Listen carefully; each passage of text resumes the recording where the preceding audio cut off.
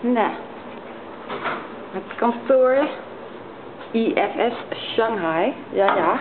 Waar is dit nou van die kennen?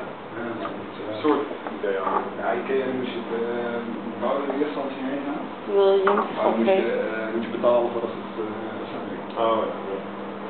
Ik weet niet of het nog rondgevraagd daar wel al. Conference room. En vuilnisopslag.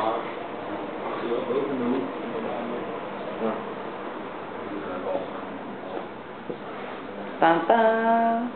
Valskantoor. En het uitzicht.